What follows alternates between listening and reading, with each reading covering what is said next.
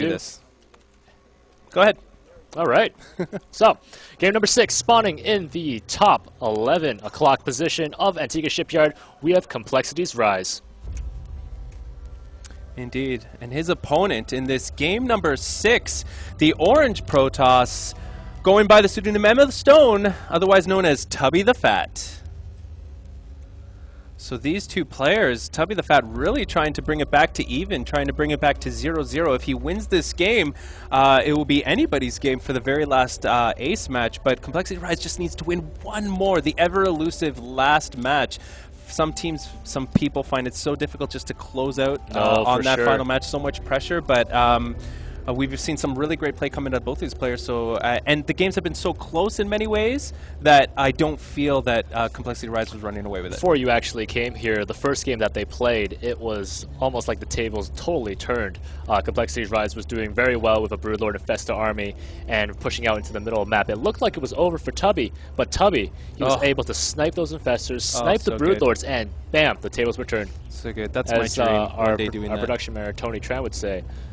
Time to flip the coin. Exactly if you guys watch Esports Canada TV, you know what that means. If you don't, you think we're idiots right now, but that's okay.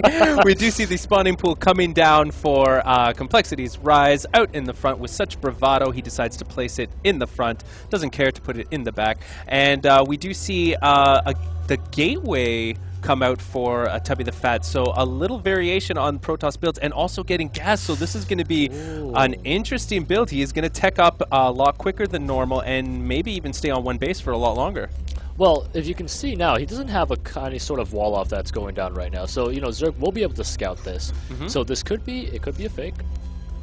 Could be some kind of tech play, could be a Dark Shrine or whatnot. But, you know, just leaving it so open, so easy to scout. I mean, it might not even matter since an Overlord can just fly through. Right. Now the Overlord is coming in and now does notice something fishy. There's way too many warping in buildings in this area. This shouldn't be happening. So now he does get a scout on everything. So he will know that this is not your typical standard Forge Fast Expand build that I'm used to dealing with, but I'm sure coL.Ryze and his infinite wisdom will be able to handle this because I'm sure he's seen this many times in different forms. Yep. So you can see how they're getting, he has 2 probes on each gas geyser. It's just a little more efficient than putting 3 on 1 and not getting the other geyser. He's going to get that little bit more extra gas, but still not losing too much of his mineral income as well. Doing this though, Ryze needs to play a little more carefully. He can't be as greedy as he would want to. Right. So he will have to change up his game a little bit. Already a proxy pylon for TubbyTheFat, trying to get it up as close as possible. Oh, and now, so we do see a little hidden tech. So this looks like it's going to be a little bit of a Dark Shrine, Dark Templar push. And what's good about this is he could use the Dark Templars to possibly deny or snipe a hatch and then transition into an expand. So it's not an all-in cheesy build by any stretch of the imagination. He can use this really to push this game to a later date. For sure. It looks like one Zergling, though, is moving around up the map. And oh my goodness, it's going to scout right past it. Beautifully done by Ryze. Scout pattern. Ryze noticed something was off. He noticed the extra gas and was wondering what is going on. Yeah. And that's like, wait a second. Oh, did he cancel the waypoints? Oh my goodness. He did, so... Oh, no, it's something else. It's a longer waypoint. Okay. Oh, my goodness. I was thinking Serendipity was not on his side that day, but he will now scout it with his A move, and he's going to be able to see everything that will happen. I'm not sure if he'll be able to kill that Dark Shrine in time, so we might see some invisible Dark Templars come out in time, but he will... Oh, my gosh. He does see it, but I was like, did he just take the longest route to possibly find this? But he will eventually see it. He will have to come up with an answer for it, whether he's going to get some spores through Evo Chamber or whether he's getting... some Overseers. He needs to do something as quickly as possible. Yep, and there goes the Ling. He has scouted the base, and there goes the instant cancel on a Spine Crawler. He knows that there's not going to be that much pressure. Instead, there's going to be a Dark Templar. So, yep, you're right. Evo Chamber is going down. He's going to try to get those spores up as quickly as possible. Nice surround on the Zealot there. Going to be able to take it out.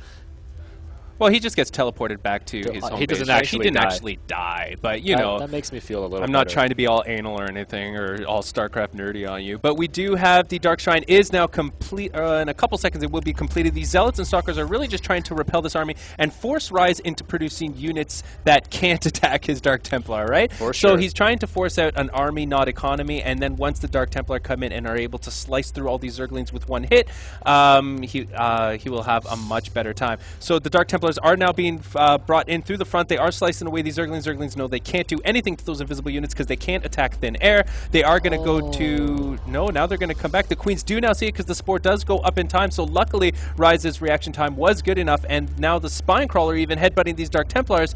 Now the Dark Templars really have nowhere to go, and their effectiveness has basically been stifled.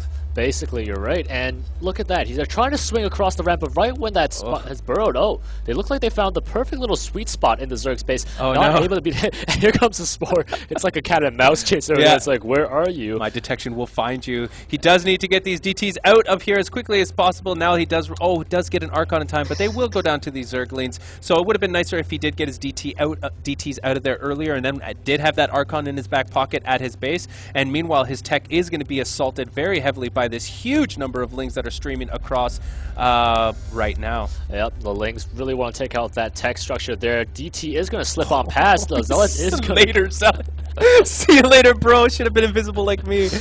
These Queens are going to have no trouble defending against that DT, especially with the Spore Crawlers there. But the DT may now just be relegated to prevent the third base from going up. A bunch of Zerglings are coming into the natural of TubbyTheFat. The choke is not very strong. He does have one force field up, which is enough to stop or slow down the Zerglings. But now that sentry is out of energy, and he's going to need to warp in a few more sentries, which is exactly what he's doing right now. And so, nice force field timing there. Going to get the second force field down, warping in a third sentry there. Now the gas is put into sentries, so that's going to basically hurt the number of DTs that can be produced. And now with that lair coming in, Overseer is going to give some mobile detection to the Zerg player. So here they come again, and it looks like the force fields are okay. Only trapping a couple of Lings coming into the base, but they will not be able to make it up.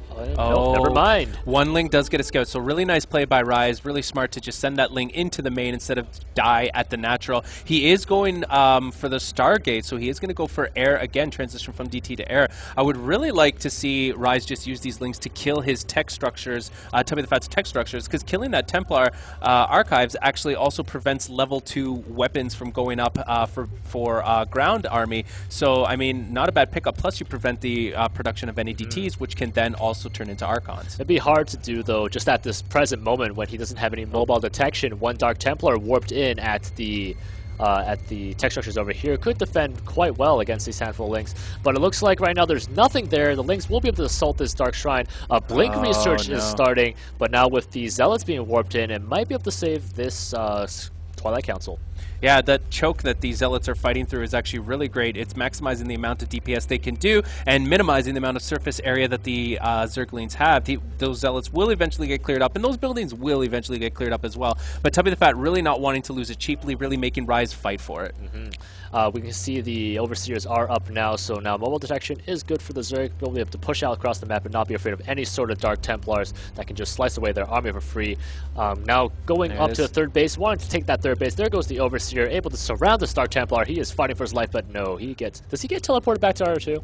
They all do. We've had this conversation because we said if all the units get teleported back, then what happens for Archons? Because Archons you can't warp in, right? So that you just have a glut of Archons back on the Protoss homeworld where they just can't teleport like the into the battle. Dumping place. They're just all sitting there like we really want to go back to the fight. We can't be warped into battle. Like, can you disassemble High Templars and Dark Templars? I feel like that would be a really terrible and nasty process. Really painful, yeah. Huh? Like, and then imagine we were fused and then they had to rip us apart. Dude, we are testosis. That is painful. Reborn as Canadians. So now we do see that TubbyTheFat is going into heavy 2-base play. Would you like to read that or something? Why are you pointing to that? Well, I'm just saying that, you know, once they scouted the Stargate, there was a cancel on the Stargate. Oh, so we missed that. So Observer has reminded us of this, and he is transitioning into a Robo-Blink. Heavy gateway play. Now Blink this Templar is the Templar Archives is going to go down. That pylon's going to go down as well, which is supply blocking TubbyTheFat. But this heavy gateway play is going to produce a bunch of stalkers, and this is probably the perfect response. The Overseer or the Observer, sorry, does see the Mutalisk pushing across the map, and now with these Stalkers with Blink, they should have a pretty decent time defending, but it is going to be two-pronged aggression, so TubbyTheFat will have to be really active with this army to defend both fronts. The Mutas are almost there. They're not seen by Tubby. He's not favorable position. He needs to move down, and he now does see them. Does he move down and kill this army? Is he going to blink under this flock of units? He does kill a bunch of units with just one hit. The Zerglings now are approaching the front of the base as well. The mutants are trying to do everything they can. They do focus down a sentry, but the sentry still survives, and now everything gets repelled. These stalkers are in the front against these Zerglings, and the Zerglings are also deciding there's way too much DPS there to do anything. Ryze was definitely surprised by that. He was not expecting the blink from the stalkers there. Ryze. Oh man, that was bad. I can't even believe I stopped you mid-sentence to say that. Just leave. Just right now, just put down your mic and just go. Alright, just go. Just go. I'm sorry, I'll never talk again. You actually missed out earlier. Ryze and Tubby were doing like a lot of puns with their names. Ryze was saying things like, "I will rise to the occasion." And did you surprised? No, he didn't. So we got him on that one. We should tell him that. He should pay his royalties for using that if he ever does decide to. I wrote down all his puns for him. I can't believe he didn't use that one. I know. Alright, so we do see these stalkers knocking on the back door of this expansion. The creep does see it because the creeps are map hacks, and now these rocks are going to go down very quickly. The Zerglings and the Mutalisks are just like, oh, what do we do about this, guys? And now the Zerglings do stream in the start. Nice the force fields are going to prevent these. Oh, the blink is good. That was a couple sentries are going to die, though. One stalker doesn't blink far enough and also dies. So not too bad. The Zerglings do kill a few units and a few gas-intensive units as well. Well, that's for sure. So great defense there by Ryze. He was able to push off that Protoss aggression, and now being on 4 bases, well, one's just got set up, and he's doing a pretty good job here. Even a Zergling checking out the Protoss' 3rd base, sniping that proxy pylon. No more reinforcements going to be coming from there, and all we have are stalkers right now, which is a little problematic against this number of lings, and even this probe saying, uh-oh, no more pylons for you. Oh, that's not cool, is what he's saying. These mutants are going to swing by. This is actually a great unit composition against this stalker-heavy army. The Zerglings will do great damage against these stalkers because the stalkers just can't do the DPS they need to do, although they do have a pretty good situation to attack these Zerglings now. Now these mutants are going to come in. They're going to be able to snipe a bunch of units for free. A bunch of stalkers on base defense, but Ryze deciding to just bash through with his army. Look at the number of stalkers here, just enough to kill all of these zealots, but that's not the same case in the base. The Mutalisks are strong enough to take out all of the stalkers in the base, and now these poor probes have nothing to defend them against this Mutalisk mutilation. Oh my gosh. Everybody's laughing at that terrible pun. And now a bunch of stalkers chase out these Mutalisks, and really the damage to the economy was done as well. That was for sure. I mean, all the stalkers were taken up, and they were busy up there dealing with those lings and microing over there, so he was able to take out so many of the probes here.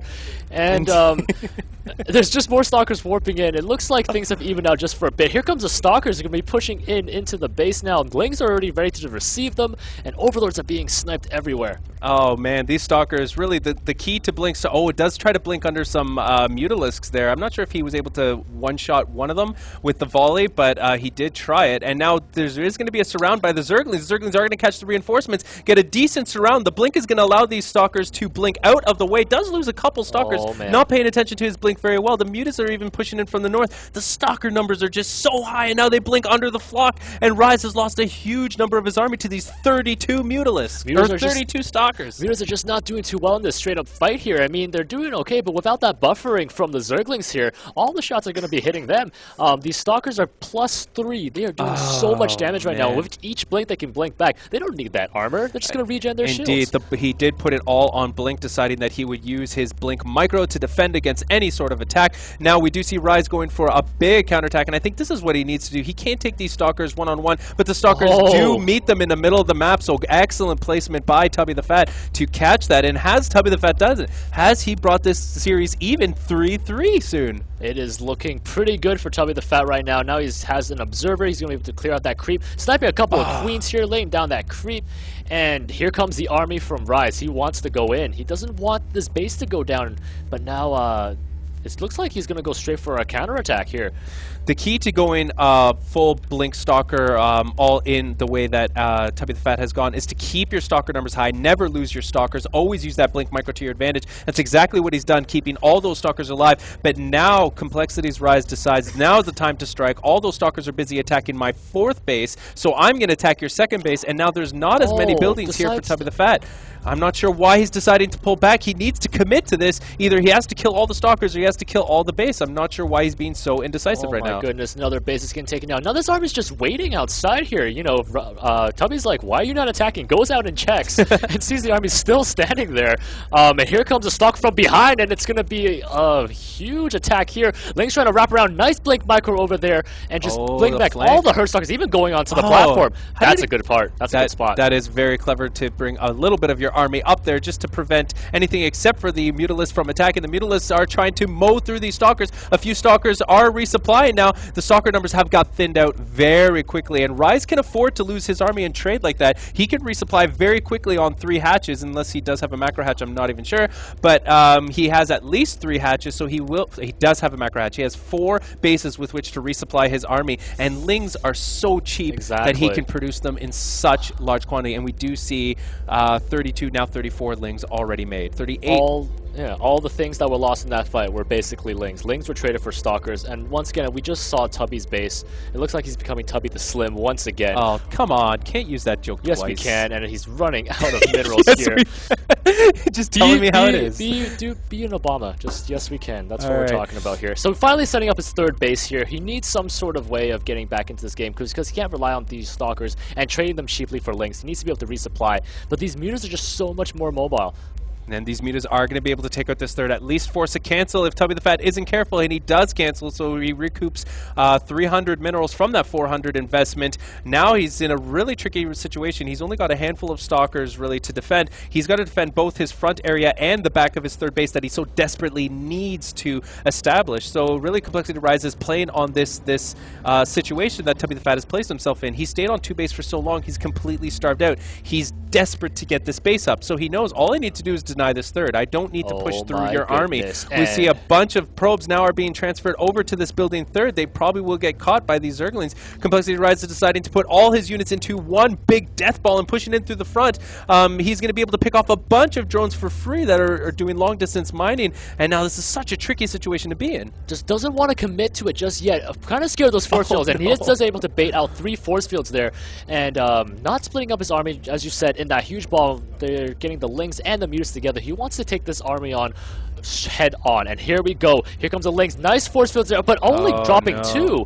It looks like a couple of force fields either ran out of energy or didn't have anything, and now Lings are doing a great job on these Stalkers. It's buffering all the damage, and the numbers are dropping lower and lower. Stalkers now trapped in a terrible position, going to be surrounded by these Lings, and nom.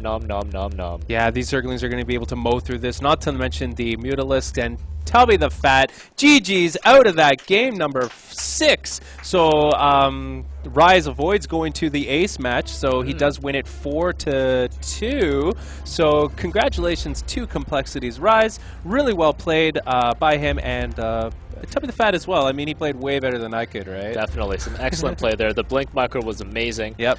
But there was a moment where I thought he was going to win. I thought, for sure. I thought this is it. He's going to win it right here. I can't believe he's done it, right? Destroy all those bases. But Ryze brought it back. Really good play. The Zerglings, man. The Zerglings. Zerglings, good unit. Good unit to have. So don't go away, guys. I think we're going to have an interview right now with the winner and the loser of that show match, Ryze and TubbyTheFat.